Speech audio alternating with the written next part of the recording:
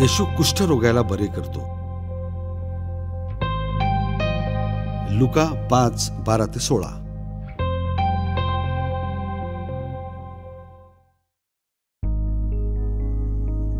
कुठल्या तरी एका गावी एक मनुष्य येशू जवळ आला, ज्याचे शरीर कुष्ठाने भरले होते.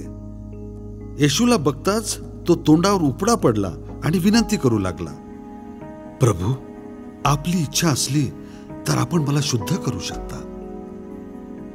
येशूने हात लांब करून त्याला स्पर्श केला आणि म्हटले, माझी पण हीच इच्छा आहे की तू शुद्ध व्हावे. ताबडतोब त्याचे कुष्ठ नाहीसे झाले. येशूने त्याला कोणालाही काही न सांगण्याची आज्ञा दिली आणि म्हटले, जा आणि स्वतःला याजकाला दाखव आणि तुझ्या शुद्धतेबद्दल मोशेने आज्ञा केल्याप्रमाणे भेट अर्पण कर, ज्यामुळे तू बरा झालायस हे सिद्ध व्हावं. येशूची प्रसिद्धी वाढतच होती.